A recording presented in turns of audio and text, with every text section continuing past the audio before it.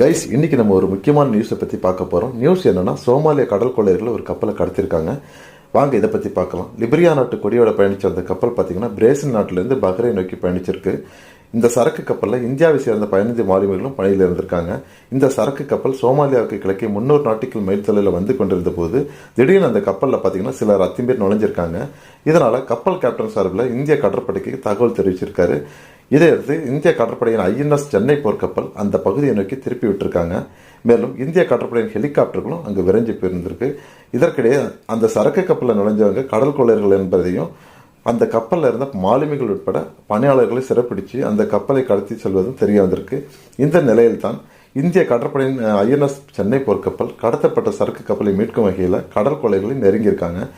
அதன்படி கடற்படை கப்பலில் இருக்கும் வீரர்களும் ஹெலிகாப்டர் மூலம் பயணித்து கடல் கொள்ளைகளுக்கு எச்சரிக்கை விடுத்திருக்காங்க.